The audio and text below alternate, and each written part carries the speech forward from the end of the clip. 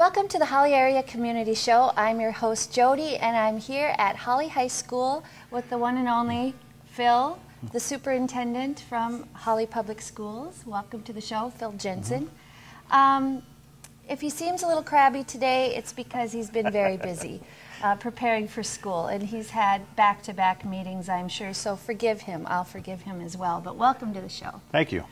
So we're here to talk about the Hawley school system, which is really the crown jewel, I would say, of Hawley, Minnesota, and the reason why so many families converge on the town to live here and raise their families. So can you just talk about how, looking forward this year, what we have to look forward to? Well, as we look right now, our enrollment looks very promising. Last year, our enrollment, we actually ended, I believe, the year with 7 more students than what we started the year with, which is very encouraging.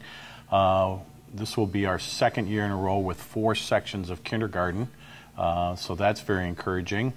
That does present somewhat of a space issue problem for us. In fact, the board is starting preliminary talks and looking at possible expansion of the elementary building. So, wow, is this breaking news? Is this a scoop? We've discussed it at our July board meeting and at a work night meeting that we had recently. So there's we're basically at capacity at the elementary right now. We're very grateful that we have our preschool center, or we would really be struggling with space issues right now. So enrollment looks encouraging. I know we've lost a few families through family moves and job changes and things like that, but it does look like our numbers are going to be up again this fall. You really don't know the final numbers until you're about into that second week of school. Yeah, yeah. So what would you say is the main reason why people are attracted to the school system? Well, I think a lot of it is we're a lot of the families are moving out from the Fargo-Moorhead area. They don't want their children attending a large school. They like the idea of what Hawley has to offer. I mean, we have great opportunities here in the high school. Students can graduate with approximately 30 college credits if they choose to do so. They have opportunities to be involved in a wide variety of extracurricular activities, not only the athletics, but through the fine arts, the music, band, choir, speech, debate, drama, different things like that, the art club, and so there's just a lot of opportunities for kids to participate. And we still have the small class sizes, small section sizes, which is also very appealing. Because last year you graduated, was it in the 70s, 70-some students maybe? Or no, it was 65? Mid-60s, yeah. That's right, around 65, yep. So yeah.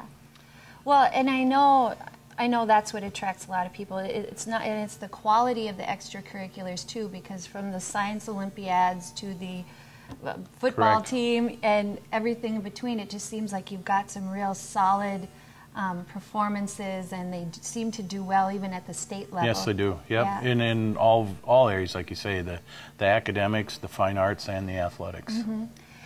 But I would say that what makes a school really good is just having really good teachers. We have a very, very talented staff, yes. And what would you attribute that to? How do you attract those talented teachers?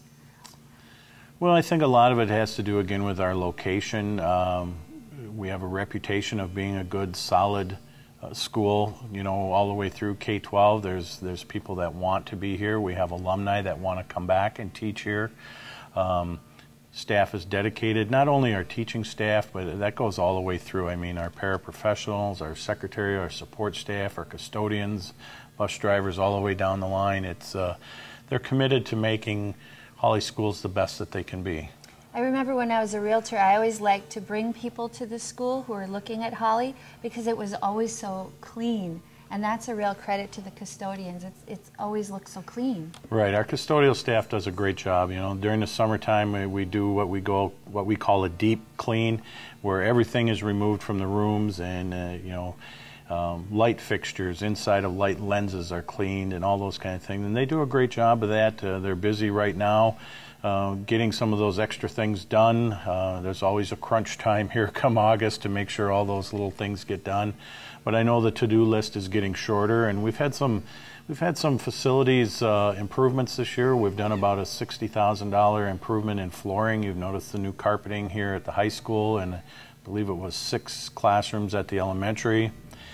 We did some roof improvements at the elementary, which is going to be kind of an ongoing process for about 4 to 5 years with some improvements and upkeep there.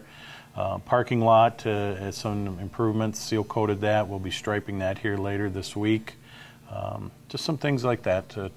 I suppose because this new part was built in the 90s, right? Right. And so now it's time for updates, I suppose. Time marches on.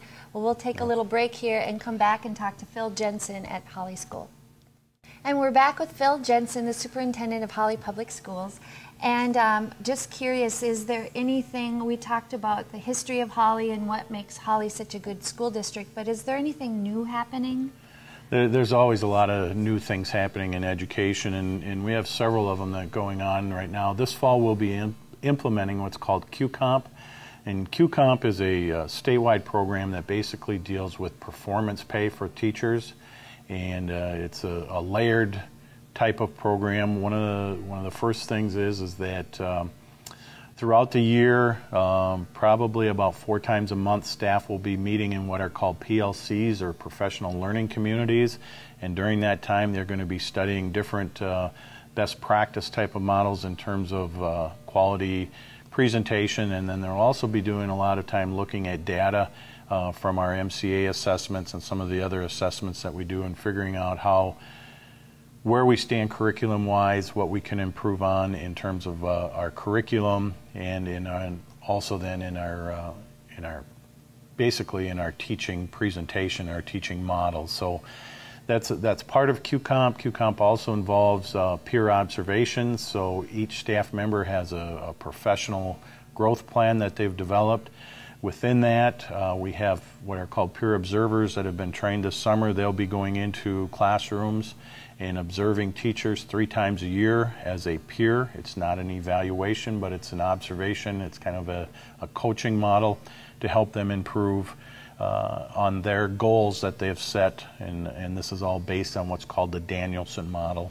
So this is a statewide thing, correct? It's a state program, but it's an individual district's choice in whether they want to participate in it, and there's a very lengthy application process to get into it. Really? So how do you feel about this? I think it's good. There's going to be a lot of positives that come from it. I know we'll hit a few hurdles along the way, but I think it's the bottom line is better teaching, better classroom, better curriculum is all going to lead to student achievement, and that's what we're looking for. How do the teachers feel about it? I think they're a little bit apprehensive, but at the same time they're excited about it. It's obviously anytime you have change, it's we have to gear ourselves up for that. But it was voted on by the staff. They voted to accept it. They were very involved with the process in developing our plan, and so it's really the bottom line. It's teacher driven. Wow, that's a real credit to them to want to improve the quality and wonderful.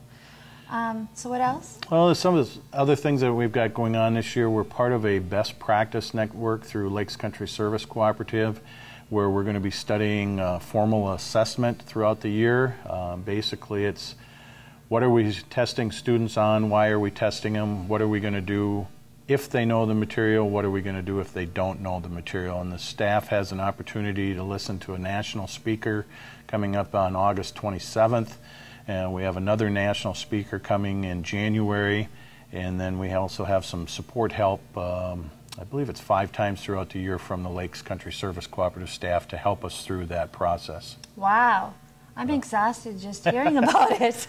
But kudos to you and your staff, and good luck to you in the upcoming year. Maybe we'll talk again during the school year. All right. Who knows? And thanks again, Phil. Until next time.